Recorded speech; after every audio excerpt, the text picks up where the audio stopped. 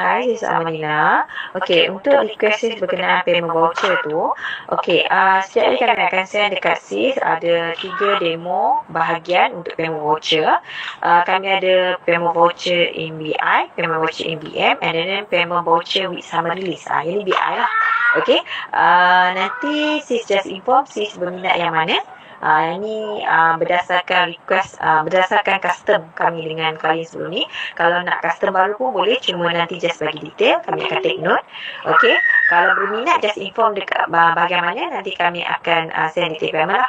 Okey, another one untuk invoice. Okey, invoice macam sebelum ni sis inform nak record untuk 60 invoice, 60 customer maksud dia. Okey, so untuk that part, kalau macam contoh sebelum ni saya ada beli yang auto sheet kami tu. Okay, auto sheet dia tak ada sebahagian summer release. So kami boleh cadangkan adalah masukkan summer release ke dalam bahagian tu. Summer release ada 2 bahagian, basic ataupun advanced. Basic just by typing lah, maksudnya user yang kena buat. Ini boleh tengok demo video kami dengan klien sebelum ni.